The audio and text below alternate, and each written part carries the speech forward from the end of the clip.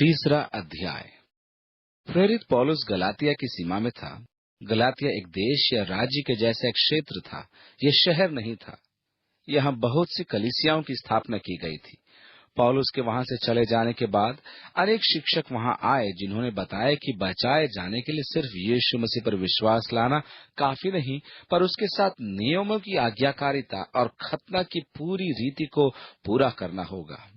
बहुत से लोग उस कलीसिया में जो पौलुस के प्रचार से यीशु मसीह के सुसमाचार में विश्वास लाए थे, वे इन शिक्षकों के द्वारा गुमराह किए गए थे और इस तरह वहां भाइयों में विभाजन हो गया। इन झूठे शिक्षकों ने पौलुस के प्रेरित होने के अधिकार के विरोध में बोला, और सच तो यह है कि वे उद्धार के लिए यहूदी धर्म में मत परिवर्तन का पक्ष लेते थे। वे व्यवस्था पालन और नियमों के पालन पर और कर्म आधारित धार्मिकता का प्रचार करते थे। इसलिए पौलुस दूसरे अध्याय के अंत में कहता है, मैं परमेश्वर के अनुग्रह को व्यर्थ नहीं ठहरा, क्योंकि यदि व्यवस्था के द्वारा धार्मिकता होती तो मसीह का मरना व्यर्थ होता। महाप्रभावी वचन वरन सत्य वचन। आप ही देखिए, यदि मैं आज्ञाओं के मानने से धर्मी बन जाता तो मसीह को मरना नहीं पड़ता। मसीह की मृत्यु ये तथ्य स्पष्ट करती है कि मनुष्य अपने कामों या कोशिशों से धर्मी नहीं ठहर सकता। परमेश्वर ने धार्मिकता का आधार अवश्य ठहराया, परंतु ये कामों या व्यवस्था पालन में नहीं, परंतु ये यीशु मसीह में हमारे विश्वास पर आधारित है। तब पौलुस तीसरे अध्याय को आरंभ करते हुए लिखता है, हे निर्बुद्धि गलातियों, किसने तुम्हें मोल लिया है? तुम्हारी तो मानो आंखों के सामने यीशु मसीह क्रूस पर दिखाया गया था। मैं तुमसे केवल ये जानना चाहता हूं कि तुमने आत्मा को क्या व्यवस्था के कामों से या विश्वास के समाचार से पाया है? क्या तुम ऐसे निर्बुद्धि हो कि आत्मा की रीति पर आरंभ करके अब शरीर की रीति पर अंत करोगे? पौलुस उनके उद्धार के उस आरंभ की ओर उनका ध्यान आकर्षित कराता है, जब उन्होंने प्रथम बार यीशु मसीह पर विश्वास किया था और वे उस विश्वास के द्वारा परमेश्वर के सम्मुख धार्मिक ठहरे थे। उनके कर्मों से पहले ही परमेश्वर उन्हें धर्मी ठहरा चुका था। अब कोई कहता है, यदि आप सच में धर्मी होना चाहते हैं तो आप ऐसा नहीं कर सकते, आपको तो ऐसा करना चाहिए और ऐसा करना चाहिए। और उन्होंने धार्मिकता के लिए कुछ नियम बना दिए, जिनको हम करने के लिए अधिकतर बाध्य होते हैं। जैसे कि यदि आप सुसमाचार के इस अध्याय को रोज पढ़ेंगे, सुबह की प्रार्थना करेंगे, आधा घंटा फिर प्रार्थना में लगेंगे, तो आपको धर्मी बनने में तकलीफ नहीं होगी। ऐसी कई बातों को हम लेकर आते हैं। मनुष्य व्यवस्था के कामों से नहीं, पर केवल यीशु मसीह पर विश्वास करने के द्वारा धर्मी ठहरता है। यदि हम व्यवस्था पालन से, किसी भी नियम या नियमावली के पालन से धर्मी ठहरते हैं तो मसीह का मरना व्यर्थ है। और यही बात गलातियों में आ गई, जो ऐसी शिक्षाओं से मोहित हो गए जो सुनने में तार्किक भी थी। तब पौलुस ने कहा, क्या तुम्हें पवित्र आत्मा व्यवस्था के कामों से मिला था या विश्वास के द्वारा? ये एक शाब्दिक प्रश्न है, क्योंकि उसका प्रत्यक्ष उत्तर है कि उन्होंने पवित्र आत्मा विश्वास के द्वारा पाया था। गलातियों के नाम ये पत्री महत्वपूर्ण है, क्योंकि आज के समय में भी अपने संबंध परमेश्वर से बनाने के लिए कामों पर निर्भर करने का स्वभाव मनुष्यों में होता है। परमेश्वर से संबंध बनाने में यह सदा ही खतरनाक विधि है, क्योंकि हमारे काम हमारे द्वारा ही मान्य नहीं होते। जब मैं बालक था तब एक पेंटिकॉस्टल कलीसिया में जाया करता था। परमेश्वर के आत्मा को पाने की कामना को मैं अपना अधिकार मानता था। मैंने कई रात प्रतीक्षा सभाओं में बिताई। मैं उस बपतिस्मा की प्रतीक्षा कर रहा था जिसे पवित्र आत्मा का बपतिस्मा कहते हैं। उन कलीसियाओं में जहां मैं बड़ा हुआ, बहुत दफा गवाही सभाएं होती थी। बहुत दफा शाम को पूछा जाता था कि किसी के पास आज रात प्रभु के लिए गवाही है, और सभा में से कुछ समय इन व्यक्तिगत गवाहियों के लिए रखा जाता था और लोग खड़े होकर परमेश्वर की भलाई, अनुग्रह, आशीष और अपनी समस्याओं के बारे में गवाही देते थे। मेरा धर्म विज्ञान इन गवाही सभाओं से रूप पाता गया। परिणाम स्वरूप मेरा धर्म विज्ञान सब खिचड़ी हो गया। मैंने लोगों को गवाही देते सुना कि उन्होंने किस प्रकार पवित्र आत्मा का बपतिस्मा पाया। मैं तो इसकी प्रतीक्षा कर ही रहा था और मैं उनकी गवाही सुनता था।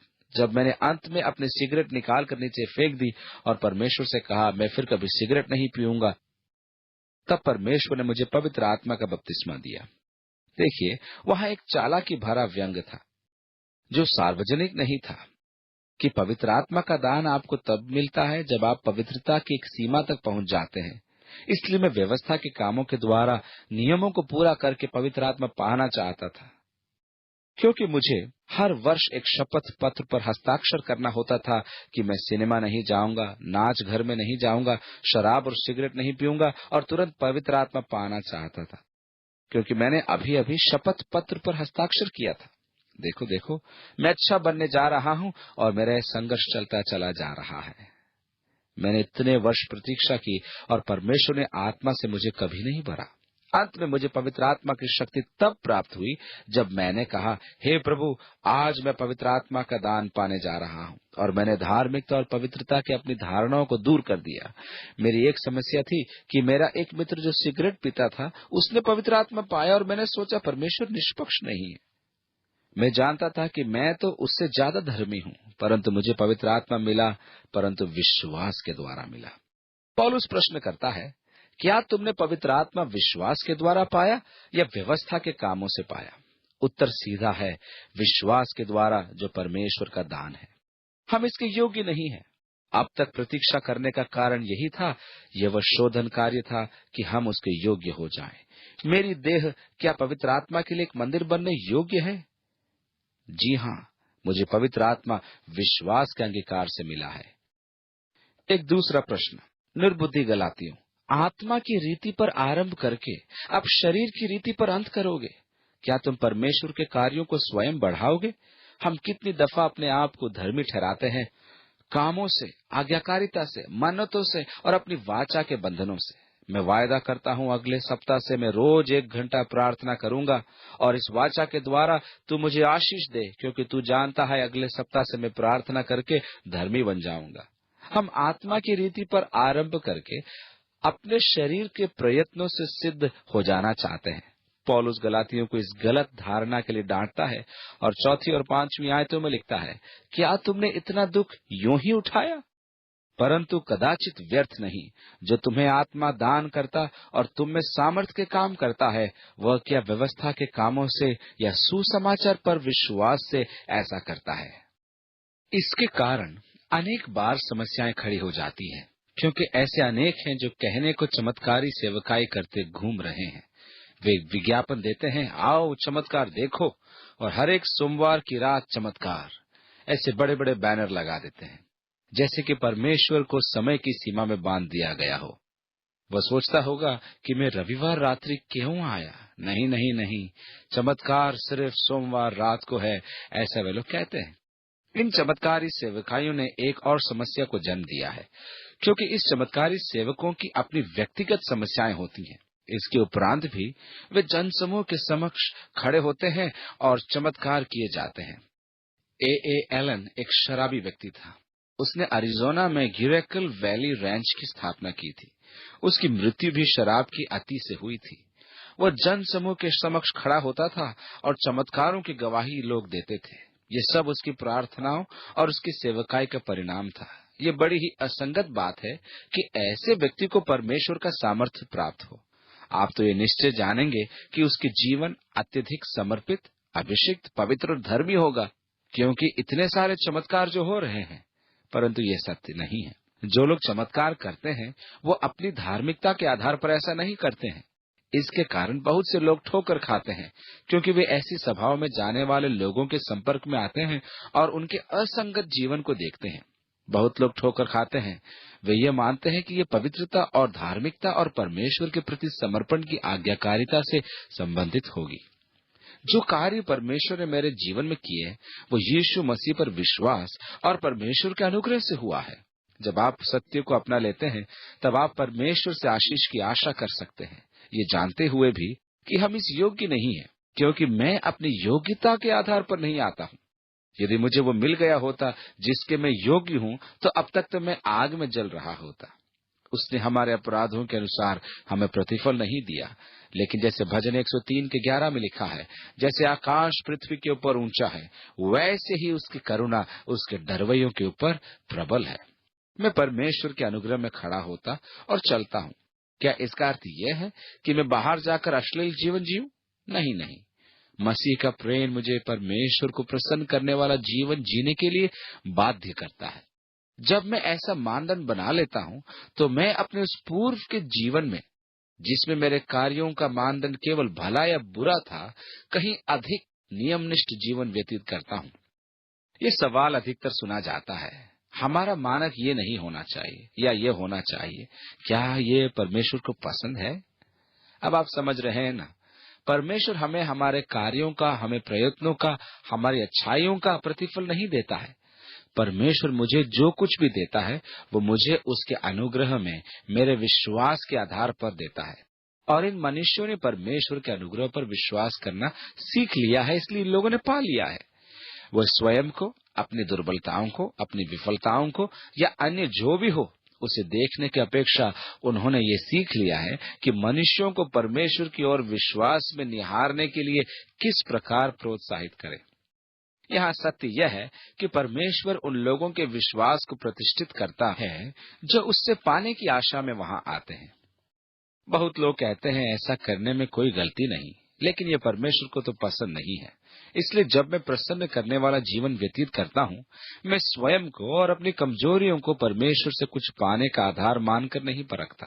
यदि मेरा दिन अच्छा रहा और मैंने परोपकार किए और कुछ अच्छे काम अधिक किए, तो मैं उसे परमेश्वर से कुछ प्राप्त करने का आधार नहीं मान सकता। मैं नहीं कह सकता, परमेश्वर तूने देखा क्या तूने ध्यान दिया? प्रभु मैंने कमाल नहीं कर दिया? मैंने तेरे लिए क्या क्या किया ना प्रभु? हम ऐसे नहीं कह सकते, कदापि नहीं। परमेश्वर मेरे भले कामों और अच्छे प्रदर्शन का प्रतिफल नहीं देता है। वो मुझे आशीष देता है क्योंकि वो मुझसे प्रेम रखता है। वो केवल यह चाहता है कि उस पर भरोसा रखूं। और जब मैं उसे प्रसन्न करने का प्रयास करता हूं, तब वो अति प्रसन्न होता है। परंतु ध्यान रखें कि परमेश्वर से प्राप्त करने का आधार यह भी नहीं है। एकमात्र आधार जो वो है, मेरे लिए परमेश्वर का प्रेम और उसका अनुग्रह मेरा आधार है। वो मुझ पर अपनी आशीषों और अपना प्रेम बरसाता है, क्योंकि मैं उसमें साधारण सा विश्वास रखता हूँ कि वो करेगा और मानकर चलता हूँ कि वो करेगा। यदि हम परमेश्वर के पास अपनी धार्मिकता के आधार पर आए, तो हमारे जीवन में जो भी परमेश्वर करना चाहता है उसमें कमी आ जाएगी। आप परमेश्वर की बहुत सी बड़ी आशीषों को खो देंगे। परंतु यदि हम परमेश्वर के प्रेम और अनुग्रह के साथ उसके करीब आए, तब हम में कोई घटी न होगी। जैसा मैं परमेश्वर पर विश्वास करता और निर्भर रहता हूँ कि मेरे जीवन को वो आशीष दे, जब तक कि मैं जानता हूँ कि मैं इस योग्य नहीं था। जैसे याकूब ने उत्पत्ति के 32वें अध्याय की 10वीं आयत में कहा, तेरे ऐसे ऐसे कामों में से एक के भी योग्य नहीं हूँ। याकूब एक धोखेबाज व्यक्ति था, फिर भी परमेश्वर ने उसे आशीष दी। वो एक छल करने वाला व्यक्ति था। उसने हाथ की सफाई दिखाई और अनजान बन गया, तो भी उसने परमेश्वर की आशीषें चाही और उसने प्रार्थना करी, मानो ओ प्रभु मैं योग्य नहीं कि तुझसे आशीष मांगू, तो भी तूने मुझे आशीषित किया है, तेरा धन्यवाद। इसलिए वह अब्राहम की रीति पर ठहरा। आगे लिखा है, अब्राहम ने परमेश्वर पर विश्वास किया और यह बात उसके लिए धार्मिकता गिनी गई। क्या धार्मिकता गिनी गई? परमेश्वर पर उसका विश्वास। परमेश्वर पर उसका विश्वास उसकी आज्ञाकारिता से प्रकट हुआ। मैं परमेश्वर पर सच्चा विश्वास रखता हूँ। मैं यीशु पर विश्वास रखता हूँ। कहने से कुछ नहीं होगा, यह आपको कर कर दिखाना होगा। यदि मैं सच में विश्वासी हूँ, तो मेरा विश्वास मेरे कामों से प्रकट होगा। यदि मैं आज की रात यहाँ खड़ा होकर कहूँ, दोस्तों मैं विश्वास करता हूँ कि आज एक भीषण भूकंप आएगा जो 10 मिनट में इस इमारत को ढेर कर देगा। परमेश्वर ने मुझे बताया है कि सैन अंद्रियास की माप रेखा तैयार है। अब 9 मिनट और 40 सेकंड में सब कुछ ढेर होने वाला है। मैं इसके बारे में बोलता रहूं तो आप कहेंगे वो स्वयं विश्वास नहीं करता और वहां खड़े होकर ये बात कह रहा है। यहाँ से बाहर निकल, भागो, अपने बच्चों को ले लो और शीघ्र निकलो। तब उस बात में कुछ दम हुई। इसी तरह यदि कोई कहे मैं मसीह पर विश्वास करता हूँ और उनके काम उनके कहने से मेल नहीं खाते, तो वहां शंका करने का कारण उत्पन्न हो जाता है कि वे सच में विश्वास करते हैं या नहीं। यदि मैं विश्वास करता हूँ तो मेरे काम मेरे कहे गए शब्दों की पुष्टि करेंगे। अब्राहम के काम उसके विश्वास की पुष्टि करते थे। अब्राहम ने परमेश्वर पर विश्वास किया और यही विश्वास उसके लिए परमेश्वर ने धार्मिकता गिना। काम नहीं, परंतु उसका विश्वास जो उसके कामों का प्रेरणा स्रोत था। याकूब ने यही अपने पत्र के अंदर उसके 2 अध्याय के 26वीं आयत में कहा, विश्वास बिना कर्म मरा हुआ है। तुम कहते हो तुम विश्वास करते हो, तुम मुझे अपने काम दिखाओ, मैं तुम्हें तुम्हारा विश्वास दिखाऊंगा। दूसरे शब्दों में, याकूब कहता है, सिर्फ मुंह से कहना काफी नहीं है, परंतु तुम्हारे कामों से प्रकट होना चाहिए। यदि वह सच्चा विश्वास है, लेकिन परमेश्वर कामों को नहीं देखता, वो उस विश्वास को देखता है जो कामों को प्रेरणा देते हैं। अब्राहम के विश्वास को परमेश्वर ने धार्मिकता गिना। 7वीं आयत में लिखा है, तो तुम ये जान लो कि जो विश्वास करने वाले हैं वे ही अब्राहम की संतान हैं। अब्राहम सांसारिक वंशजों का नहीं, परंतु आत्मिक वंशजों का पिता था। अब्राहम के साथ परमेश्वर की वाचा सांसारिक नहीं, आत्मिक थी। इसलिए पौलुस शीघ्र ही बताएगा कि हम जो विश्वासी हैं, विश्वास के द्वारा अब्राहम की संतान हैं, और उस प्रकार जो वाचा परमेश्वर ने अब्राहम के साथ बांधी थी, वो आपके लिए भी परमेश्वर की वाचा है, क्योंकि आप इब्राहिम के संतान हैं। वो उन सब का पिता है जो विश्वास रखते हैं। हम अब्राहम के शारीरिक वंशज हो सकते हैं, परंतु अगर हम विश्वास नहीं रखते हैं तो आत्मिक तौर पर उसके वंशज नहीं। 8 और 9 में लिखा है, पवित्र शास्त्र ने पहले ही से ये जानकर कि परमेश्वर अन्य जातियों को विश्वास से धर्मी ठहराएगा, पहले ही से अब्राहम को ये सुसमाचार सुना दिया कि तुझ में सब जातियां आशीष पाएंगी। जो विश्वास करने वाले हैं वे अब्राहम के साथ आशीष पाते हैं, ऐसा लिखा है। परमेश्वर ने ये जानकर कि अन्य जातियां विश्वास से धर्मी ठहराई जाएंगी, अब्राहम को आशीष दी, जिसके हम भी भागीदार हैं। वो लोग वापस व्यवस्था की ओर जाना चाहते थे और धर्मी होने के लिए व्यवस्था को देख रहे थे, ताकि परमेश्वर के सम्मुख खड़े हो सके। इसलिए पौलुस कहता है, क्या तुम नहीं समझते? जितने लोग व्यवस्था के कार्यों पर भरोसा रखते हैं वे सब श्राप के अधीन हैं, क्योंकि धर्मशास्त्र में लिखा है, जो कोई व्यवस्था की पुस्तक में लिखी हुई सब बातों के करने में स्थिर नहीं रहता वह श्रापित है। महान कथन। आप व्यवस्था के द्वारा परमेश्वर के सम्मुख धर्मी होना चाहते हो, ऐसा है तो आपका संपूर्ण जीवन व्यवस्था का पूरा पालन करेगा, और आपने यदि किसी भी क्षेत्र में व्यवस्था का उल्लंघन किया तो आप परेशानी में पड़ जाएंगे, आप श्रापित हो जाएंगे, क्योंकि जो कोई व्यवस्था की पुस्तक में लिखी हुई सब बातों के करने में स्थिर नहीं रहता वो श्रापित है। याकूब अपने पत्री के 2 अध्याय की 10वीं आयत में कहता है, यदि कोई व्यक्ति सारी व्यवस्था का पालन करता है परंतु वह एक ही बात में चूक जाए तो वह सब बातों में दोषी ठहरा। इससे कोई फर्क नहीं पड़ता कि कौन सी बात में आप चूक गए, आप श्रापित होंगे। यदि हम अपने कार्यों के द्वारा परमेश्वर के सन्मुख धर्मी होना चाहते हैं तो हमें सिद्ध होना होगा। यदि आप सिद्ध नहीं हैं तो आप तो अनुग्रह के सुसमाचार को विश्वास से सुने। ये उनके लिए है जो सिद्ध नहीं है, बाकी सब घर जा सकते हैं। 11वीं आयत में लिखा है, पर यह बात प्रकट है कि व्यवस्था के द्वारा परमेश्वर के यहाँ कोई धर्मी नहीं ठहरता, क्योंकि धर्मी जन विश्वास से जीवित रहेगा। ये वचन परमेश्वर के द्वारा निराश हबक्कुक नबी को दिया गया था, जब वो अपने जाति के पतन के प्रति परमेश्वर से शिकायत कर रहा था, क्योंकि उसका पतन तेजी से हो रहा था। सरकार में भ्रष्टाचार हबक्कुक देख रहा था। उसे उन समस्याओं के विषय में अंतर्दृष्टि प्राप्त थी, इसलिए उसने कहा, परमेश्वर मुझ पर कृपा कर, मुझे और कुछ देखना न पड़े, मुझसे सहना होगा। सारी व्यवस्था गड़बड़ा गई है, तू कुछ नहीं कर रहा।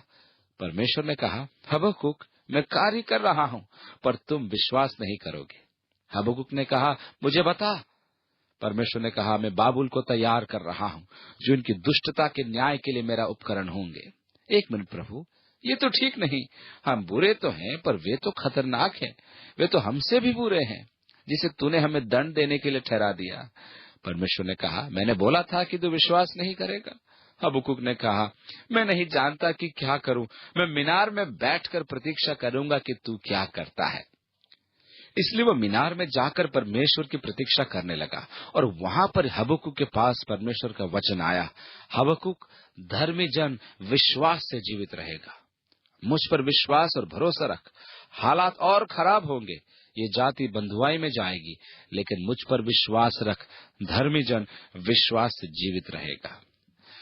पौलुस परमेश्वर का यही वचन फिर से लिखता है, धर्मी और वो जो शुद्ध किए गए विश्वास से जीवित रहेंगे। इसलिए व्यवस्था से कोई धर्मी नहीं ठहरता, ये आपको धर्मी नहीं बना सकती।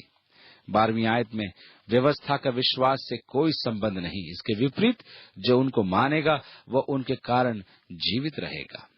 व्यवस्था कामों पर और आज्ञाकारिता पर जोर देती है, जबकि विश्वास परमेश्वर के भरोसे पर जोर देता है। इसलिए जो व्यवस्था के अधीन है वे व्यवस्था के श्रापित हैं, यदि वो पूरी व्यवस्था का पालन न करते हैं।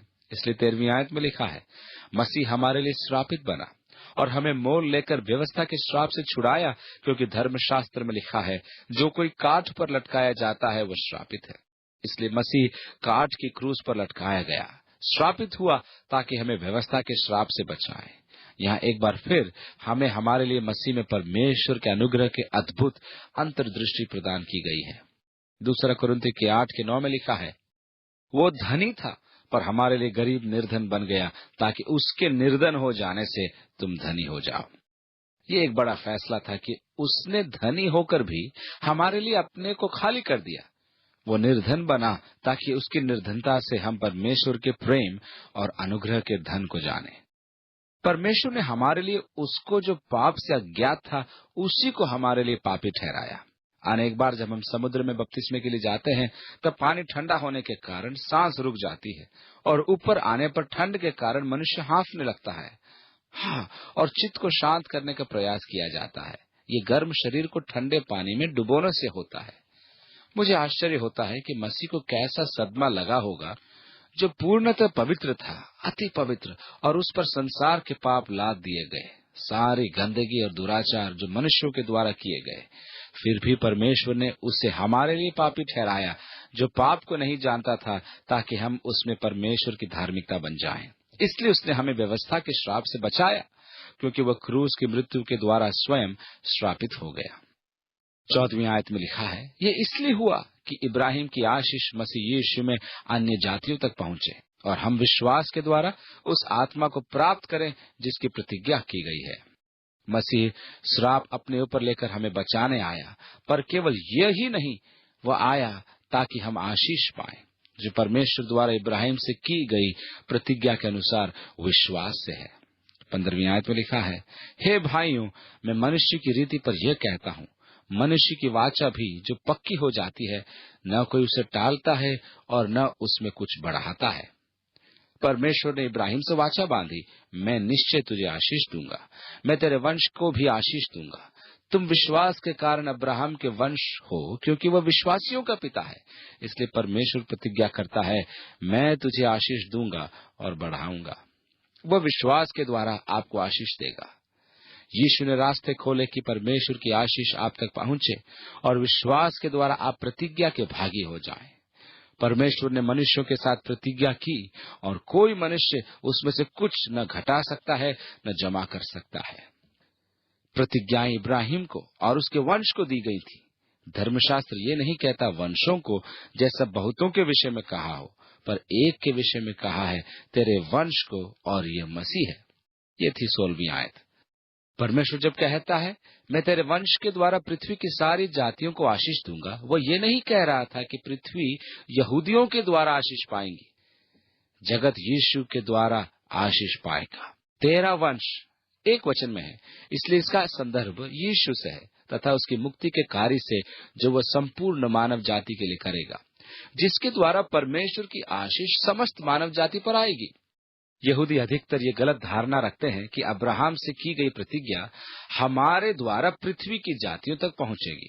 ऐसा नहीं है। यह उसके वंश यीशु मसीह के द्वारा सब अन्य जातियों पर और पृथ्वी पर होगी। 17वीं आयत में लिखा है, मैं यह कहता हूं।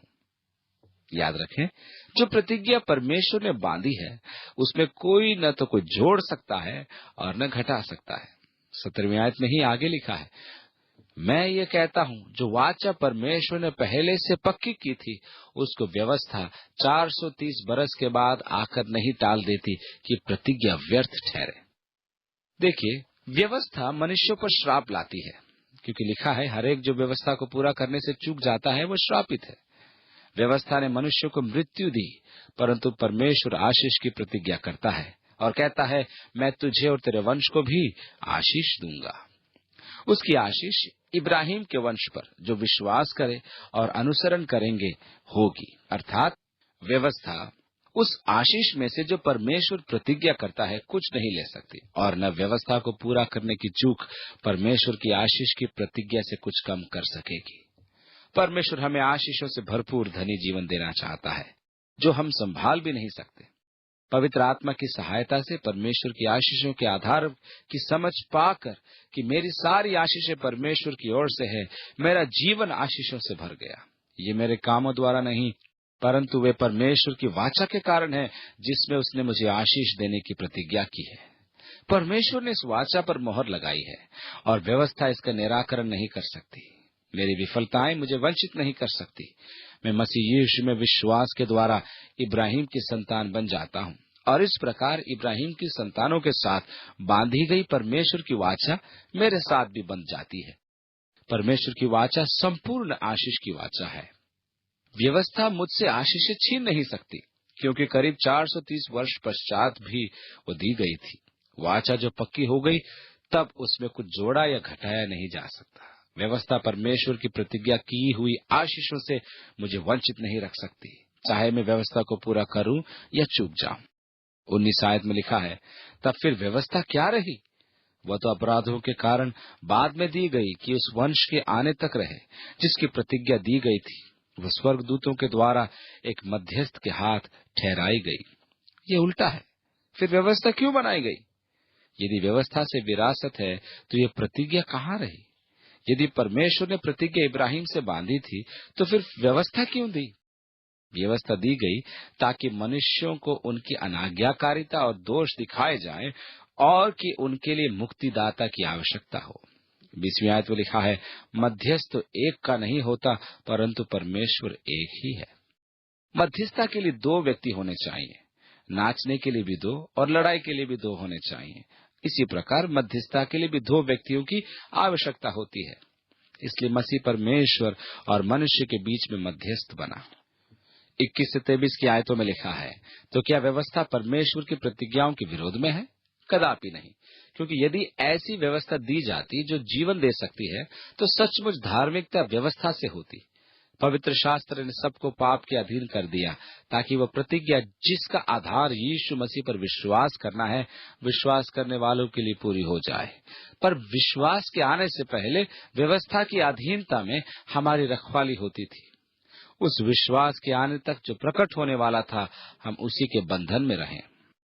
विश्वास के आने से पहले, या कहें मसीह यीशु के आने से पहले, व्यवस्था के द्वारा परमेश्वर से संबंध होना आवश्यक था। इसी प्रकार मनुष्य परमेश्वर से संबंध साधता था, बलिदान चढ़ाना और अपने पापों को हर्जाना देना होता था। लेकिन एक बार यीशु आ गया तो किसी व्यवस्था की आवश्यकता न रही। 24वीं आयत में लिखा है, इसलिए व्यवस्था मसीह तक पहुंचाने को हमारा शिक्षक हुई है, ताकि हम विश्वास से धर्मी ठहरे। यीशु मसीह के आने तक व्यवस्था मुझे केवल ये दिखाती थी कि मैं परमेश्वर की इच्छा के अनुरूप होने में कितना विफल हुआ। ठीक वैसे ही जैसे एक अध्यापक अपनी कक्षा में करता है। मनुष्य मसीह के आने तक व्यवस्था के अधीन था। 25वीं आयत में लिखा है, परंतु जब विश्वास आ चुका तब हम शिक्षक के अधीन न रहे। पौलुस कहता है कि मसीह उनके लिए व्यवस्था का अंत है जो विश्वास रखते हैं। अब परमेश्वर से संबंध के लिए व्यवस्था को आधार नहीं बनाना होगा। अब उसकी आवश्यकता नहीं है। मेरा संबंध अब यीशु मसीह में विश्वास के द्वारा परमेश्वर से होगा। 26 से 29 में लिखा है, तुम सब उस विश्वास करने के द्वारा जो मसीह यीशु पर है, परमेश्वर की संतान हो।